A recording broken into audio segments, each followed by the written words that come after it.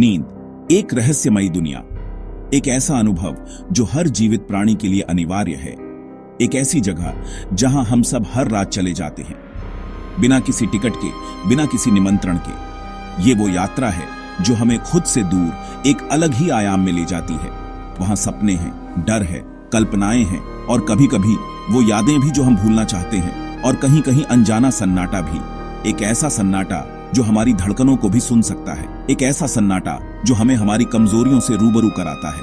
काव्या 22 साल की college student जो दिल्ली के शोरगुल से दूर अपने गांव रामपुरा में कुछ शांति ढूंढने आई थी। हर रात की तरह गहरी नींद में खो जाना चाहती थी। वो नींद जो उसे दिन भर की थकान और तनाव से मुक्ति दिला सके, वो नींद जिसमें वो अपने सपनों को जी सके। लेकिन रामपुरा गांव की गर्मी की छुट्टियां इस बार कुछ अलग होने वाली थीं।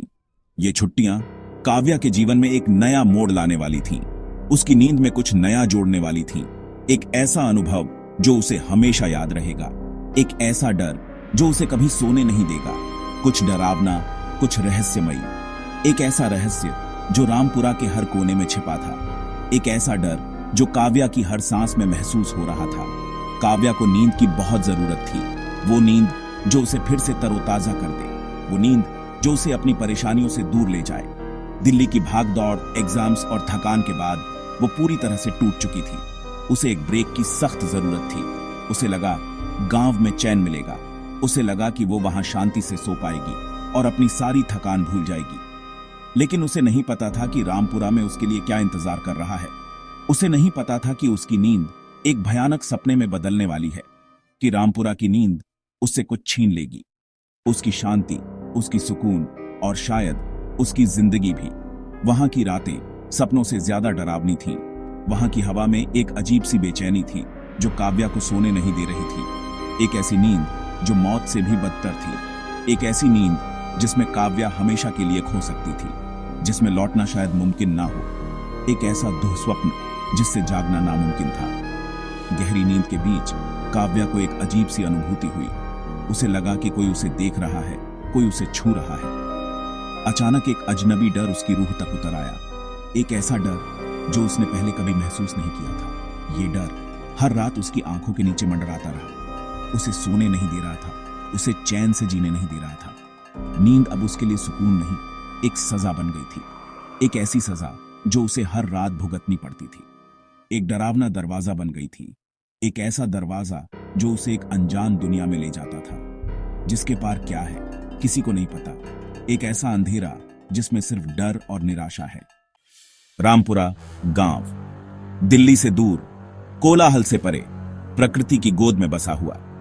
यह गांव अपनी सादगी और सुंदरता के लिए जाना जाता है।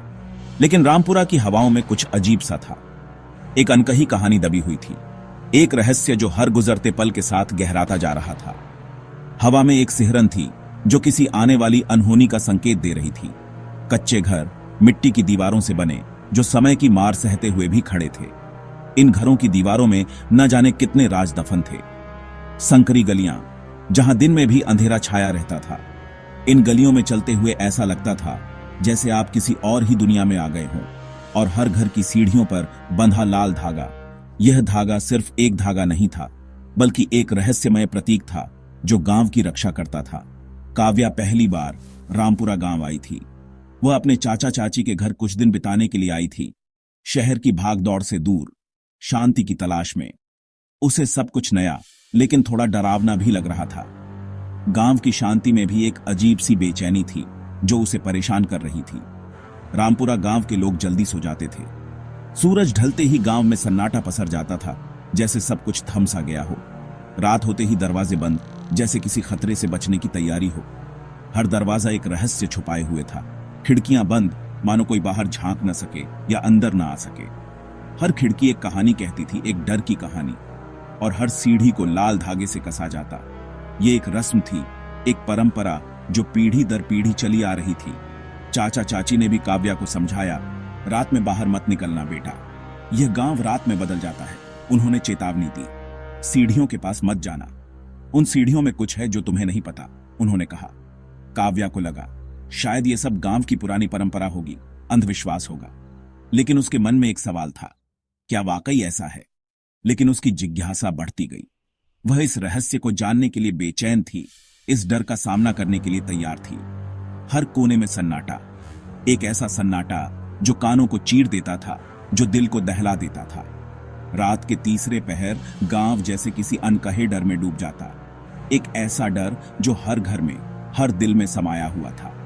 काव्या खिड़की से बाहर देखती, उस अंधेरे में कुछ ढूंढने की कोशिश करती, उस रहस्य को समझने की कोशिश करती, तो दूर तक सिर्फ अंधेरा, एक गहरा डरावना अंधेरा जो सब कुछ निगल जाने को तैयार था।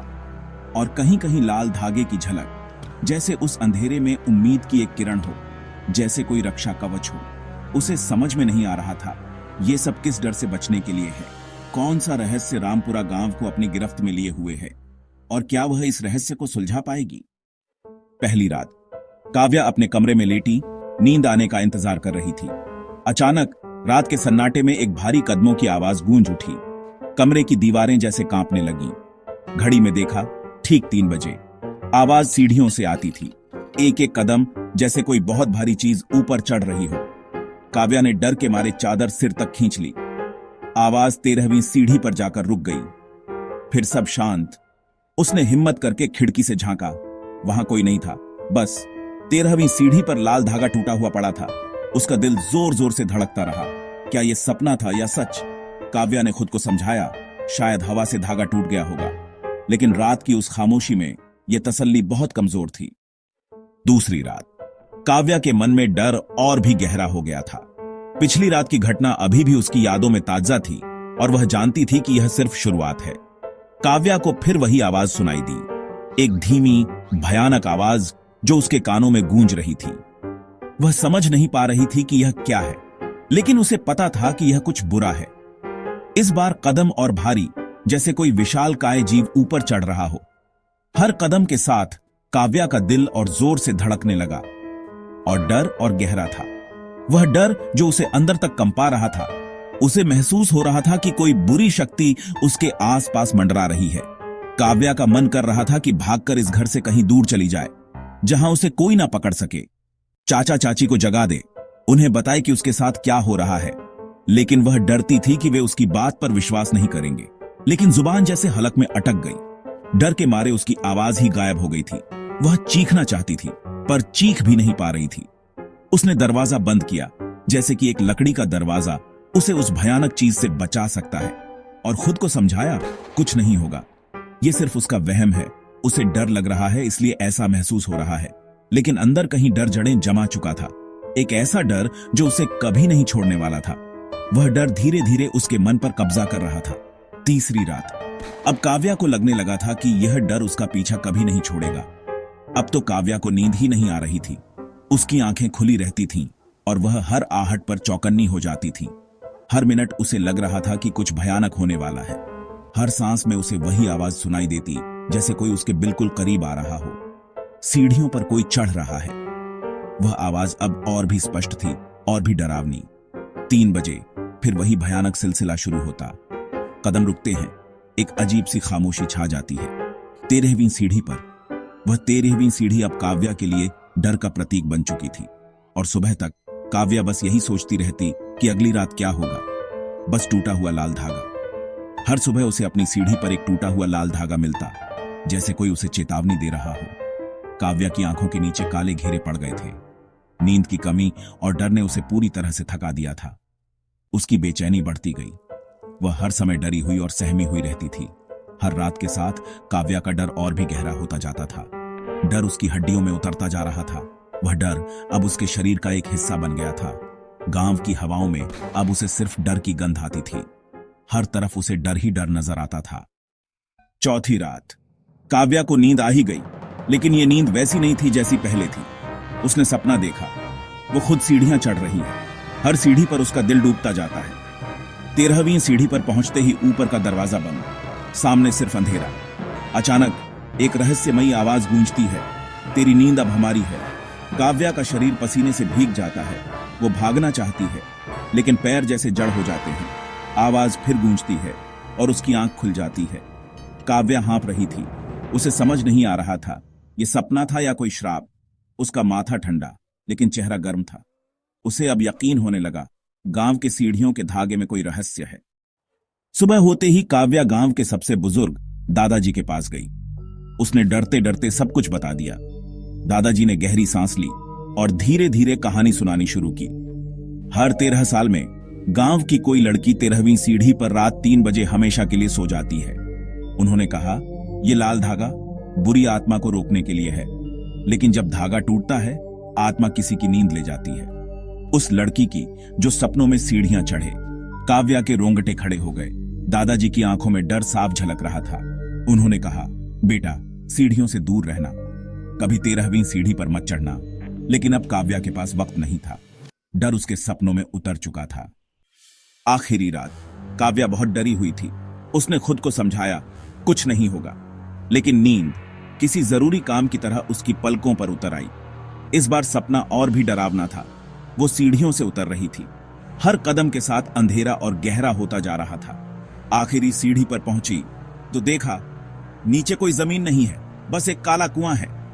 कुएं से ठंडी हवा और उसमें से आती एक जानी पहचानी आवाज, अब तू हमारी है। काव्या चीखना चाहती थी, लेकिन आवाज गले में ही फंस गई। नींद और सपना अब अलग नहीं रहे। सब कुछ सच लगने लगा। सुबह होने तक काव्या की आंखें बंद रहीं और उसकी सांसें थम गई थीं। सुबह चाची कमरे में आई। काव्या को आवाज दी, कोई जवाब नहीं। तकिए के पास देखा तो बस टूटा हुआ लाल धागा पड़ा था। काव्या की आंखें बंद, चेहरा शांत, जैसे कोई गहरी नींद में हो लेकिन अब कभी ना जागे। गांव में खबर फैल गई। सबने सीढ़ियों पर नया लाल धागा बांधा, लेकिन अब सीढ़ियों के सामने काव्या की तस्वीर रख दी गई और उसके सामने एक दिया जलता रहा। हर रात 3 बजे गांव की कोई और लड़की सीढ़ियां चढ़ती। कहते हैं, काव्या की आत्मा अब सीढ़ियों के पास रहती है। वो हर रात किसी नई लड़की की ओर देखती है, जैसे इंतजार कर रही हो कि अगली कौन होगी। गांव में अब एक नई सीख है, कभी 13वीं सीढ़ी पर मत चढ़ना। हर रात 3 बजे लोग अपनी नींद से डरने लगे हैं। सपनों में सीढ़ियां और सीढ़ियों पर डर, ये अब हर लड़की की कहानी है। काव्या की कहानी गांव में गूंजती है। उसकी तस्वीर के सामने दिया जलता है, लेकिन उसकी आंखों में अब भी वही सवाल है, क्या तुम भी नींद से लौट पाओगी? नींद अब गांव की सबसे बड़ी दुश्मन बन गई है। कभी कभी डर सिर्फ कहानियों में नहीं होता, वो नींद, सपनों और टूटी हुई चीजों में भी छुपा होता है। इसीलिए अगली बार जब 13वीं सीढ़ी पर कदम रखो, सोच लेना, कहीं नींद तुम्हारी आखिरी ना हो जाए।